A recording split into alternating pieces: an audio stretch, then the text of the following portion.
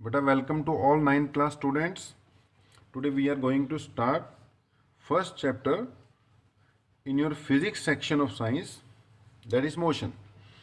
तो बेटा आपका फर्स्ट चैप्टर क्या रहेगा? मोशन. उसको हम धीरे धीरे स्टार्ट करते हैं. पूरा लेक्चर ध्यान से सुनना है. लाइव क्लास में हम डाउट्स वगैरह ले लेंगे इस चैप्टर के. Okay, so first chapter is motion. Start करते हैं. हमने बेटा मोशन से स्टार्ट किया, इसके नाम से ही स्टार्ट कर दिया. तो सुना होगा आपने छोटी क्लासेस में कि मोशन क्या होता है. ओके, तो मोशन की डेफिनेशन से स्टार्ट करते हैं. जो जो बातें निकलती जाएंगी वो डिस्कस करते जाएंगे. तो आपने बेटा थोड़ा बहुत सुना होगा मोशन. मोशन मतलब चलना, मूव करना. ओके, कोई भी चीज़ मोशन में हो सकती है. बट एज पर डेफिनेशन अगर हम कहेंगे व्हाट इज मोशन, तो we say that if an object change its position, if an object change its position with respect to some reference point, it is said to be in motion. With respect to some reference point, it is said to be in motion. कि अगर कोई object अपनी position change करे with respect to some reference point, it is said to be in motion. Okay, अब यहाँ पे ना नई नई बातें आती जाएंगी. अब मोशन तो आ ही रहा था, यहाँ पे एक टर्म आ गई रेफरेंस पॉइंट. इसको भी डिस्कस करेंगे. उससे पहले अब मोशन डिस्कस किया है, स्टार्ट किया है, तो एक रेस्ट वाली टर्म भी डिफाइन कर लो यार. पहले तो रेस्ट, कभी ऑब्जेक्ट मोशन में हो सकता है, कभी रेस्ट पे हो सकता है. रेस्ट की डेफिनेशन बनाते हैं कि उसमें हम बोलते हैं कि if an object does not change it's position with respect to some reference point,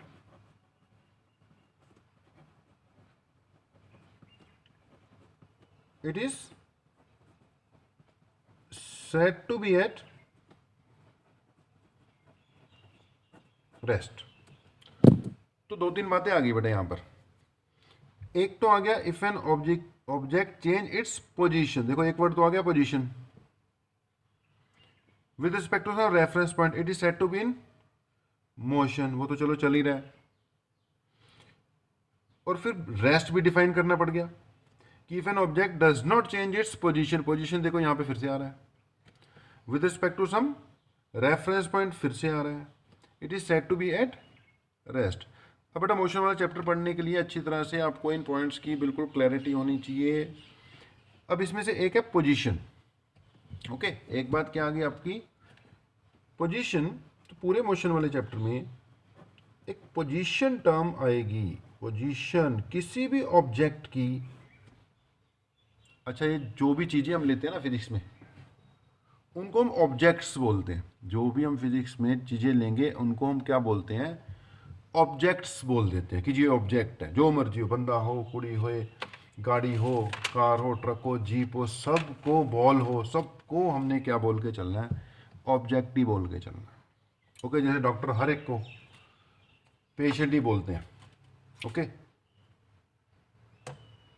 वकील सबको क्लाइंट ही बोलते हैं, जो मर्जी हो. अब हमारे पास जो भी आएगा हम उनको ऑब्जेक्ट ही बोलेंगे. सो if an object change its position, तो पहली बात पोजीशन बेटा, सबसे पहले हमें एक रेफरेंस पॉइंट चूज करना पड़ता है. क्या चूज करना पड़ता है? Reference point. ओके, अब रेफरेंस पॉइंट हमने चूज कर लिया. ये कोई रेफरेंस पॉइंट है, कोई भी चीज को आप रेफरेंस मान सकते हो, जिसके हिसाब से आप अपनी पोजीशन बताओगे. ओके, मान लो आप कहीं पर भी खड़े हो, आपकी बाइक का पेट्रोल खत्म हो गया, आपने घर पे फ़ोन किया अपने फ्रेंड को, अपने भाई को, अपनी बहन को कि ऐसे ऐसे मैं यहाँ पे खड़ा हूँ जी, मेरा पेट्रोल खत्म हो गया। तो यार आप उसको अपनी पोजीशन बताओगे कि मैं यहाँ खड़ा हूँ।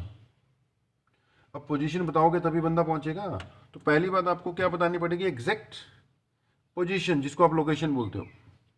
अच्छा, पोजीशन जो है वो बताने के लिए आपको कोई ना कोई क्या चाहिए, रेफरेंस पॉइंट चाहिए कि भाई मैं इसके पास खड़ा हूँ। अगर आप बस स्टैंड के पास खड़े हो तो आप बताओगे उसको कि बस स्टैंड से इस साइड, बस स्टैंड से उस साइड, बस स्टैंड से इतनी दूरी पर, बस स्टैंड के इस वाले गेट पे, बस स्टैंड के उस वाले गेट पे। तो आप उसको रेफरेंस पॉइंट बताओगे। तो यहाँ रेफरेंस पॉइंट बस स्टैंड हो गया, कुछ भी हो सकता है।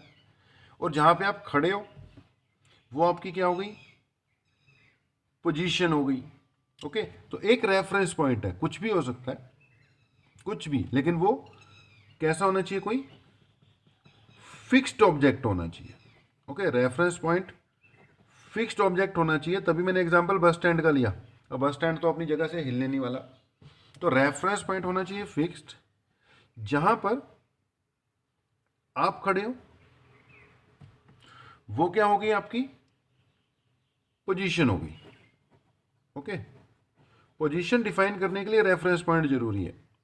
आप उस रेफरेंस पॉइंट के लेफ्ट पे हो, राइट पे हो, कौन सी वाली साइड पे हो, वो किसी ना किसी सिचुएशन को आपको समझाना पड़ेगा। तो एक रेफरेंस पॉइंट होता है जो कि फिक्स्ड होना चाहिए। आमतौर पे हम ग्राउंड को रेफरेंस पॉइंट कंसिडर करते हैं, कोई फिक्स्ड ऑब्जेक्ट को। जैसे मैंने एग्जांपल के तौर पे बस स्टैंड को रेफरेंस पॉइंट ले लिया था। ओके, जहां पे आप हो वो पोजीशन है आपकी। ओके, अब ध्यान से सुनना। इफ एन ऑब्जेक्ट, ये आप वो ऑब्जेक्ट है, if an object does not change its position, अगर ये ऑब्जेक्ट यानी कि आप अपनी पोजीशन चेंज नहीं करते हो with respect to some reference point, ये रेफरेंस पॉइंट के हिसाब से आपकी पोजीशन में चेंज नहीं होता है, आप बिल्कुल भी इधर उधर नहीं होते हो, ना डायरेक्शन में चेंज हो रहा है, ना डिस्टेंस में चेंज हो रहा है, that object is said to be at rest. If an object does not change its position with respect to some reference point, it is said to be at rest। तो जब तक ये बंदा यानी आप हिलोगे नहीं with respect to reference point, you will be at rest। Okay, अब अगली बात, ऊपर वाली डेफिनेशन देखो। If an object change its position with respect to some reference point, अगर ये ऑब्जेक्ट यानी आप इस रेफरेंस पॉइंट के हिसाब से अपनी पोजीशन चेंज करते हो, आप मूव कर कर इस तरफ चले जाते हो, ओके, या आप मूव कर कर इधर चले आते हो। ओके, यानी अगर आपकी मूवमेंट हो रही है with respect to this reference point, तो हम कहेंगे कि you are in motion. So if an object change its position, इधर चले गया, या इधर चले गया, या इधर चले गया, या इधर चले गया, तो रेफरेंस पॉइंट से डिस्टेंस चेंज हो जाएगा ना। डिस्टेंस चेंज हो गया रेफरेंस पॉइंट से, रेफरेंस पॉइंट से डिस्टेंस चेंज हो गया, तो it is said to be in motion. तो बेटा दो चार बातें हैं कि जब आप मोशन स्टडी कर रहे हो तो एक तो चाहिए पोजीशन का कंसेप्ट, शायद समझ में लगा हो। एक चाहिए किसका, रेफरेंस पॉइंट का कंसेप्ट, जो कि फिक्स्ड होना चाहिए। नॉर्मली हम ग्राउंड को ही रेफरेंस पॉइंट माना करेंगे, मानते हैं। तो डेफिनेशन अच्छी तरह से याद करनी है, रेस्ट की भी और मोशन की भी। ओके, अब बेटा मोशन पढ़ते पढ़ते हमारे पास और भी कई टर्म्स आएंगी, उनको भी धीरे धीरे स्टडी करते हैं। जैसे कि इसको स्टडी करते करते एक हमारे पास टर्म आएगी, पूरे चैप्टर में, पूरी फिजिक्स में कुछ टर्म्स है बेसिक, उनको स्टडी करते हैं। जैसे एक टर्म आएगी जिसको हम कहते हैं फिजिकल क्वांटिटीज। ओके जी, अब फिजिकल क्वांटिटीज की डेफिनेशन है, अभी बेसिक्स है आज का लेक्चर। आज का लेक्चर क्लियर होगा तो आगे की बातें क्लियर होती हैं। तो बेटा फिजिकल क्वांटिटीज एक मतलब कुछ बेसिक टर्म्स अब समझाने जा रहा हूँ मोशन रेस्ट के बाद, उसके बाद चैप्टर को दौड़ा देंगे। तो फिजिकल क्वांटिटीज पता होनी चाहिए क्या होती हैं। The quantities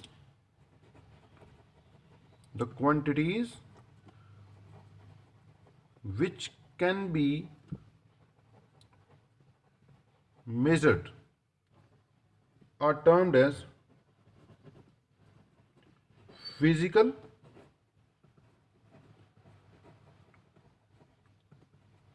quantities. ओके, जिन क्वांटिटीज को मेजर कर सकते हैं, these quantities are termed as physical quantity. The quantities which can be measured are termed as physical quantities. Example के तौर पर, या जितनी भी लेंथ, मास, टाइम, ये जितनी भी क्वांटिटीज है ना, these are the physical quantities बेटा. Length, mass, time, force, energy, जिनके भी नाम लेते जाओ ना, ये सब क्या है? Physical quantity. मतलब इनको मेजर किया जा सकता है ना. लेंथ को मेजर कर सकते हो, फोर्स को मेजर कर सकते हो, एनर्जी को, टाइम को, जितनी भी measurable quantity, these are termed as physical quantities. They all have some unit. They all have some unit. Length की मीटर, मास की केजी, फोर्स की न्यूटन, एनर्जी की जॉल्स आएंगी धीरे धीरे. तो those quantities which can be measured are called physical quantities. जिनको measure नहीं कर सकते वो फिजिक्स में आती नहीं है, वो फिजिकल क्वांटिटीज नहीं हो सकती. कुछ क्वांटिटीज ऐसी भी होती हैं अनमेजरेबल. अब उनका साइंस में, फिजिक्स में कोई रोल नहीं है. किसी को गुस्सा आ गया, अब कितना गुस्सा आ गया मेजर नहीं किया जा सकता कि 2 किलो गुस्सा आया कि 10 किलो गुस्सा आया. ओके, किसी को प्यार आ गया किसी पर, वो भी मेजर नहीं कर सकते कि भी 5 ग्राम प्यार है कि 500 ग्राम है कि आधा किलो है.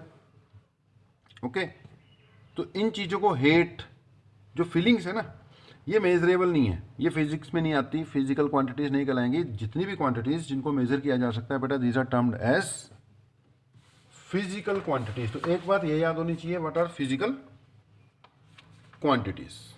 ओके, नाउ फिजिकल क्वांटिटीज बेटा आपकी 2 टाइप्स की होती हैं. Physical quantities are of 2 types. उसको भी डिस्कस करते हैं धीरे धीरे कर कर. तो एक बात हुई मोशन, एक बात हुई rest, reference point, position. Okay, फिर बात आ गई physical quantities. Those quantities which can be measured are called physical quantities. Now बेटा, जो फिजिकल क्वांटिटीज है,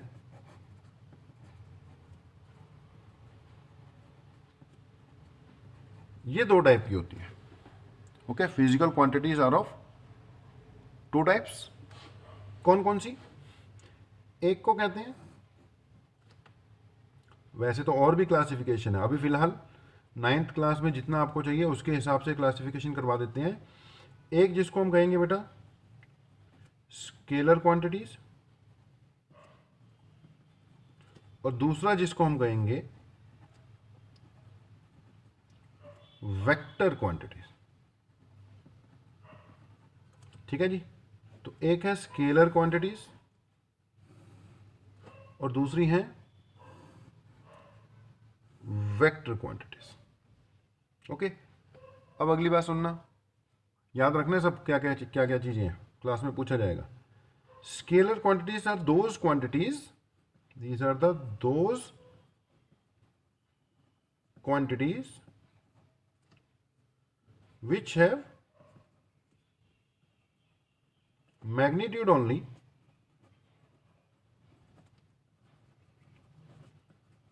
and no direction. ओके, इनका सिर्फ मैग्नीट्यूड होता है, डायरेक्शन का इनका कोई चक्कर नहीं होता. तो these are the quantities which have magnitude only. बेटा मैग्नीट्यूड मतलब उसकी वैल्यू. मैग्नीट्यूड मतलब होता है किसी भी चीज़ की वैल्यू. इसका मैग्नीट्यूड बताना होता है, डायरेक्शन कोई नहीं होती. फिर से बताता हूँ, डिस्कस करता हूँ.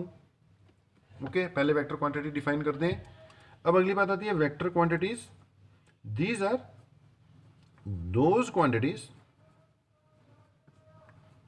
विच have magnitude as well as direction. Okay, so these are the quantities which have magnitude as well as direction. तो क्वांटिटी विच है मैग्नीट्यूड ओनली। बेटा मैग्नीट्यूड का मतलब होता है, अब जैसे मान लो लेंथ है, गिवन अ लेंथ 20 मीटर। अब इसमें 20 इसका क्या है, मैग्नीट्यूड है। 20 मीटर में जो इसके 20 है ना, इसकी वैल्यू है, मैग्नीट्यूड है। अब अगर डायरेक्शन भी होगी तो डायरेक्शन भी बतानी पड़ सकती है। तो अगर कोई क्वांटिटी है जो वेक्टर है तो उसकी डायरेक्शन बतानी पड़ेगी, अगर स्केलर है तो उसकी कोई डायरेक्शन नहीं बतानी पड़ेगी। एग्जांपल और देते हैं। स्केलर क्वांटिटीज में लिख रहा हूँ मास, ये इसके एग्जांपल भी है। Time, okay, energy. अब ये सारी स्केलर है। मास हो गया, टाइम हो गया, लेंथ हो गया, डिस्टेंस हो गया, these are the scalar quantity. Mass जो है बेटा 2 kg, 2 इसका मैग्नीट्यूड है, 20 सेकेंड्स ये इसका मैग्नीट्यूड हो गया, 200 जूल ये भी इसका क्या हुआ, मैग्नीट्यूड हुआ, 2000 मीटर यानी 2 किलोमीटर। तो ये जो वैल्यूज़ हैं इसका मैग्नीट्यूड है। डायरेक्शन इनकी होती नहीं है, बताने की जरूरत नहीं होती, लेकिन कुछ क्वांटिटीज़ ऐसी हैं जिनमें डायरेक्शन बतानी पड़ती है। फॉर एग्जांपल एक टर्म आएगी अपने पास डिस्प्लेसमेंट। अब डिस्प्लेसमेंट है मान लो 2 मीटर, फर्क है डिस्टेंस और डिस्प्लेसमेंट में, बताएंगे थोड़ी देर में। अब इसमें 2 मीटर तो इसका बेटा क्या हुआ, मैग्नीट्यूड। लेकिन हमें यह भी बताना पड़ेगा कि ये जो 2 मीटर है मेजर किस तरफ कर रहे हो। फॉर एग्जांपल ये ए है, ये बी है, तो आपको बताना पड़ेगा कि ए से बी गए हो 2 मीटर कि बी से ए गए हो।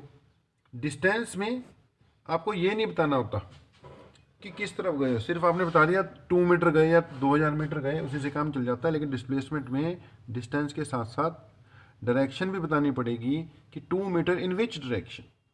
ओके, तो एक एग्जांपल हो गया इसका डिस्प्लेसमेंट। एक एग्जांपल फोर्स है। मान लो फोर्स की ना यूनिट होती है न्यूटन, धीरे धीरे सब पता लगेगा। तो फोर्स मान लो किसी ने लगाना है 200 न्यूटन। बेटा 200 इसका क्या है, मैग्नीट्यूड है। 200 इज इट्स मैग्नीट्यूड। न्यूटन तो चलो यूनिट हो गई, लेकिन बेटा बताना पड़ेगा कि 200 न्यूटन कौन सी डायरेक्शन में लगाना है, नहीं तो इफेक्ट कुछ और हो सकता है। ओके, अब मान लो आपने बॉटल का ढक्कन खोलना है, आपको फोर्स लगाना पड़ेगा वो खोलने के लिए। अब उसको लगाने की एक पर्टिकुलर डायरेक्शन है, तभी वो खुलेगा। अगर ऑपोजिट डायरेक्शन में लगाओगे वो खुलने की बजाय और टाइट होता जाएगा। ओके, एक पर्टिकुलर डायरेक्शन बतानी पड़ेगी या उस पर्टिकुलर डायरेक्शन में ही उसका डिजायर्ड इफेक्ट आएगा। अगर किसी चीज को उठाना है तो फोर्स 200 न्यूटन का मान लो तुमने लगा के उठाना था उसको, तो उसकी एक पर्टिकुलर डायरेक्शन है भाई, उसको ऊपर की ओर फोर्स लगाना पड़ेगा। Force should be in upward direction, तभी वो उठेगा। नीचे की ओर लगाते जाओगे फिर थोड़ी उठ जाएगा, साइड पे लगा दोगे तो वो उठेगा नहीं, फिर खिसकने लग जाएगा। बात को समझो। Force is a vector quantity because इसका मैग्नीट्यूड तो चाहिए होता है कि कितना फोर्स लगेगा जी, साथ के साथ डायरेक्शन की भी इन्वॉल्वमेंट होती है कि वो फोर्स किस डायरेक्शन में लगेगा जी। इन क्वांटिटीज़ में डायरेक्शन बताने की जरूरत नहीं है। 2 kg मतलब 2 kg है, उसकी कोई डायरेक्शन नहीं है, लेकिन 200 न्यूटन के साथ साथ डायरेक्शन लगेगी। कई क्वांटिटीज़ हैं, डिस्प्लेसमेंट हो गई, फोर्स हो गई, आगे चलकर कुछ और भी आएंगी। अभी सारे नाम डालकर बेटा आपको कंफ्यूज नहीं करते। जिन जिन के बारे में चलो आपको नॉलेज होगी अब तक 8 लेवल तक, वो मैंने डिस्कस करवा दिए। ओके, नई नई बातें आती रहेंगी, करते रहेंगे। तो एक बात अभी फिलहाल ये याद रखो, फिजिकल क्वांटिटीज 2 तरह की होती हैं, एक को कहते हैं स्केलर, दूसरे को कहते हैं वेक्टर। ओके, अब वापस आते हैं मोशन वाली बात पर। ओके जी, वापस आ गए कहाँ तक, मोशन वाली बात तक। अब मोशन में बेटा एक तो डेफिनेशन क्लियर होनी चाहिए मोशन की। व्हाट इज मोशन हमने डिस्कस किया, टाइप्स ऑफ मोशन बाद में देखेंगे, पहले कुछ और बातें कर लें। एक तो डेफिनेशन क्लियर होनी चाहिए व्हाट इज मोशन। ओके, फिर मोशन स्टडी करते करते एक वर्ड आएगा डिस्टेंस, एक वर्ड आएगा डिस्प्लेसमेंट, फिर स्पीड, वेलोसिटी, और एक वर्ड आ जाएगा एक्सेलरेशन। ओके, इनको देखना पड़ेगा तब ये चैप्टर चलता है, वरना थोड़ी चल जाएगा। उससे पहले रेस्ट, मोशन, रेफरेंस पॉइंट, ये बातें तो देखो हमने कर ही ली ना। ओके, रेस्ट, मोशन और रेफरेंस पॉइंट वाला जो कंसेप्ट है वो हमने कर ही लिया। Distance, displacement, speed, velocity, acceleration, यहां पर बढ़ रहे हैं हम। सबसे पहले डील करते हैं किसको, डिस्टेंस और डिस्प्लेसमेंट को। ध्यान से सुनना, डेफिनेशंस बुक में देखनी है, यहाँ पे समझने वाली बातें करनी है, लिखने वाला काम यहाँ से जितने नोट्स बन सकते हैं बनाओ, लेकिन फिर भी छोटी मोटी जो इजी वाली बातें हैं बुक से पढ़ लेना। सबसे पहले हमने लिखा डिस्टेंस, सिंपल है बेटा, डिस्टेंस डिस्प्लेसमेंट दोनों बता देते हैं। ये पॉइंट ए है, ये पॉइंट बी है। ओके, अगर आप ए से बी पहुंचे डिफरेंट पाथ फॉलो कर कर, तो बेटा जब आप जा रहे हो तो टोटल जो आपने कवर किया ना, टोटल दैट इज डिस्टेंस। ए से बी जाने का, इधर से गए तो ये डिस्टेंस है, इधर से गए तो ये डिस्टेंस है, लेकिन इनके बीच का जो शॉर्टेस्ट डिस्टेंस है, shortest distance between two points, that is displacement. दोनों बातें की मैंने। Overall length covered is distance, overall length covered by the object from one point to while going from one point to another is distance. Okay ji, and the shortest distance between two points, that is called displacement. तो A से B सीधा चले जाओ, shortest, ये displacement होगी, और जो आपने कवर किया एक्चुअली वो आपका क्या होगा, डिस्टेंस होगा। तो एक तो ये बात है, ये डेफिनेशन है। एक ही इसमें और बात है कि डिस्टेंस बेटा स्केलर क्वांटिटी है। अब जैसे ए से बी ऐसे ही गए आप, तो ये जो ये कवर हुआ ये डिस्टेंस है, मान लो आप ए से बी ही गए हो, बस ये डिस्टेंस है। डिस्टेंस बताते वक्त डायरेक्शन बताने की जरूरत नहीं होती, लेकिन डिस्प्लेसमेंट बताते वक्त डायरेक्शन बताने की भी जरूरत होती है। तो दो बातें हैं, एक तो ठीक है displacement is shortest distance between two points, और जो डिस्टेंस है वो ओवरऑल कवर्ड है। डायरेक्शन की इन्वॉल्वमेंट डिस्प्लेसमेंट में बतानी पड़ेगी, डिस्टेंस में बताते नहीं है। लेकिन आपने जो अभी 9th क्लास के लेवल से पहले तो ये याद कर लो कि शॉर्टेस्ट डिस्टेंस डिस्प्लेसमेंट है, और जो ओवरऑल कवर हुई है length that is distance. Okay, और दूसरी बात ये याद रखो, डिस्टेंस स्केलर है, कोई इन्वॉल्वमेंट और डायरेक्शन नहीं, और डिस्प्लेसमेंट वेक्टर है, जरूरत पड़े तो इसकी डायरेक्शन भी बतानी पड़ सकती है। फिर आ गया बेटा स्पीड या वेलोसिटी। फर्क है देखो स्पीड और वेलोसिटी में। हम बोलते हैं ए से बी गए कहीं पर भी, तो जो बेटा स्पीड है, speed is defined as distance covered per unit time. क्या डेफिनेशन लिखेंगे स्पीड की, it is defined as distance covered per unit time. Denote इसको वी से भी करते हैं, एस से भी करते हैं, फिलहाल चलो एस से कर दिया, बाद में वी से करेंगे बेटा। Okay, it is distance covered per unit time, यानी ऊपर डिस्टेंस और नीचे क्या आना है, टाइम आना है। तो आगे से स्पीड का फार्मूला याद रख लो, पहले भी किया ही होगा, it is distance over time. Distance की यूनिट होती है मीटर, टाइम की यूनिट होती है सेकेंड, मीटर सेकेंड, यानी यूनिट क्या होगी स्पीड की, मीटर पर सेकेंड। तो distance covered per unit time, formula हो गया डिस्टेंस ओवर टाइम, यूनिट होगी मीटर पर सेकेंड। यूज करेंगे, क्वेश्चंस वगैरह भी निकालने पड़ते होते हैं इस पर। ओके जी, अनदर थिंग वेलोसिटी, कंसेप्ट समझाएंगे, पहले एक बार डेफिनेशन देख लें। Next is velocity. अब अगर हम वेलोसिटी चेक करें, व्हाट इज वेलोसिटी, इसको भी देख लो। वेलोसिटी इज डिफाइंड एज, अगली बात वेलोसिटी